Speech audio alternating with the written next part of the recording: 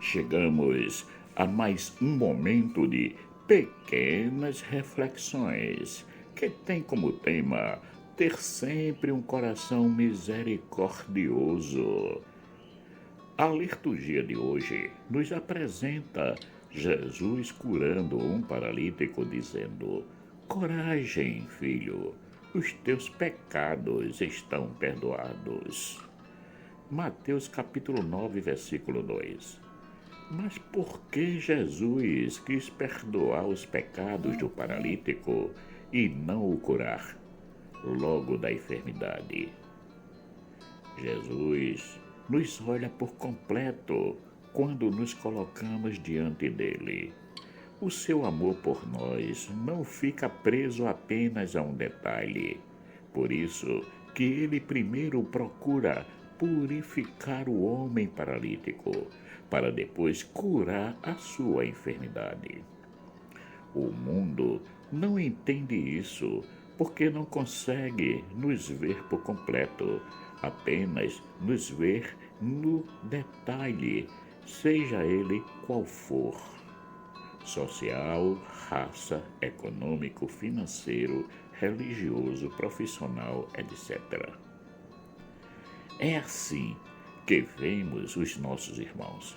Não procuramos ver primeiro a sua condição de filho de Deus e, portanto, um candidato ao nosso amor e à nossa misericórdia, assim como Deus faz com todos nós.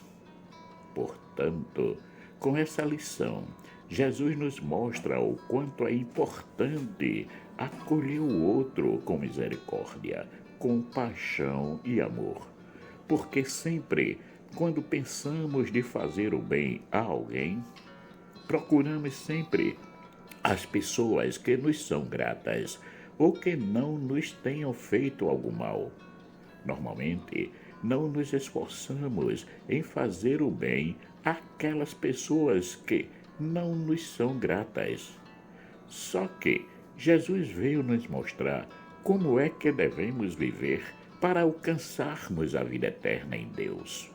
Despojar-se de si mesmo, esvaziar-se completamente para poder acolher o outro sem nenhum empecilho de nossa parte. Isto é, amar o irmão concretamente. Ele nos mostra que o perdão deve ser ilimitado e para todos, sem discriminação.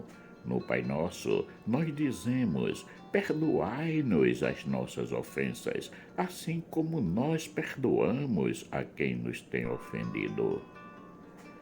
É isso mesmo que procuramos fazer? Estamos sempre prontos a perdoar? Ou gostamos de guardar certos ressentimentos que nos ajudam a nos manter distantes daquele que nos ofenderam, que nos magoaram? Jesus nos conta uma parábola na qual um rei vai acertar as contas com seus servos. Apresenta-lhe um servo que lhe devia muito dinheiro. O rei, vendo que ele não tinha condições de arcar com a dívida, mandou vendê-lo junto com toda a sua família e os seus bens. O servo jogou-se aos pés do rei e lhe pediu paciência, dizendo: Dai-me um prazo e eu te pagarei tudo. Mateus capítulo 8, versículo 26. O rei, vendo aquela cena, teve compaixão e lhe concedeu muito mais daquilo que pedia. Diante disso, o patrão teve compaixão, soltou o empregado e perdoou-lhe a dívida. Mateus capítulo 8, versículo 27. Como vemos, o amor de Deus supera tudo. O rei não lhe deu um novo prazo para pagar a dívida, mas a perdoou. O amor de Deus é gratuito. É Ele quem ama por primeiro, tomando sempre a iniciativa da reconciliação.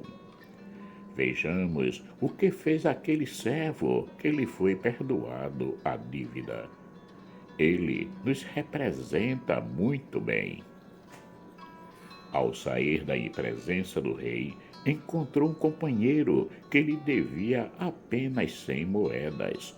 Foi logo cobrando a dívida, mas como esse não tinha como pagá-la, pediu paciência e um tempo a mais para poder arcar com o que devia.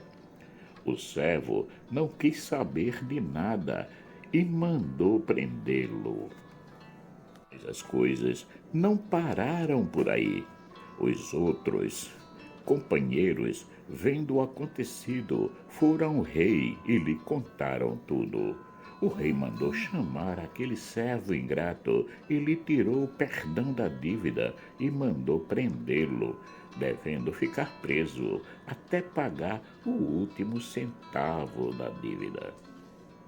Pois é, Deus nunca pune o homem, mas é Ele mesmo que, com suas ações cheias de raiva e de rancor, se distancia cada vez mais do paraíso e se aproxima mais do inferno, que é a morada do não-amor. Como nos diz o Eclesiástico, o rancor e a raiva são coisas detestáveis, até o pecador os possui. Eclesiástico capítulo 27, versículo 33. O homem tem um instinto natural, que é o de devolver tudo aquilo que recebe, na mesma medida. Se recebe o bem, devolve com o bem. Se recebe o mal, espera a oportunidade de devolver com o mal. Mas Jesus veio para nos ajudar a não viver instintivamente, ensinando-nos que o mais importante de tudo é o amor. Amai a Deus e amai os irmãos. Confiras em Mateus, capítulos 22, versículos 34 a 40. E também, amai os vossos inimigos e fazei o bem aos que vos odeiam, bendizei os que vos amaldiçoam e rezai por aqueles que vos caluniam. Lucas capítulo 6, versículos de 27 e 28.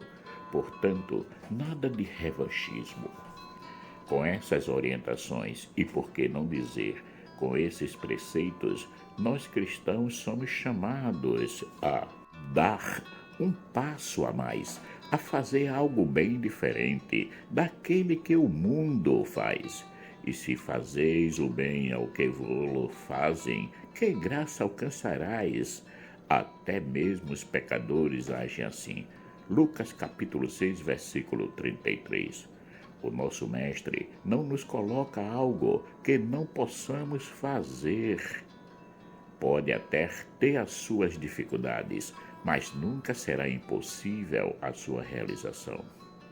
Sabemos que Jesus já pagou por todos os nossos pecados. Jesus, nosso Senhor, o qual foi entregue pelas nossas faltas e ressuscitado para nossa justificação. Romanos capítulo 4, versículos 24 e 25. Então, se Jesus já nos deu a graça do perdão e da misericórdia, por que não podemos fazer o mesmo com o irmão? Se quisermos verdadeiramente alcançar a morada celeste, devemos ser misericordiosos. Sede misericordiosos, como vosso Pai é misericordioso. Lucas capítulo 6, versículo 36. Não podemos chegar nos céus de qualquer jeito, já que lá é a morada da divina misericórdia. Não podemos viver o perdão sem viver a misericórdia, porque ambos caminham juntos. Senhor, fazei com que os nossos corações sejam preenchidos com a tua misericórdia e que possamos amar sempre, sem medidas, os nossos irmãos. Marcos Laurentino. Caríssimos e caríssimas, chegamos ao final de mais umas pequenas reflexões que teve como tema de hoje ter sempre um coração misericordioso. Quero agradecer a todos aqueles que já se inscreveram e peço para que compartilhem essas pequenas reflexões para que chegue a mais pessoas. Peço a todos aqueles que ainda não se inscreveram no canal que se inscrevam para que possa nos manter ativo e assim podermos publicar mais e mais reflexões. Que o nosso Pai Eterno, rico em bondade e amor, nos dê um excelente dia. Amém.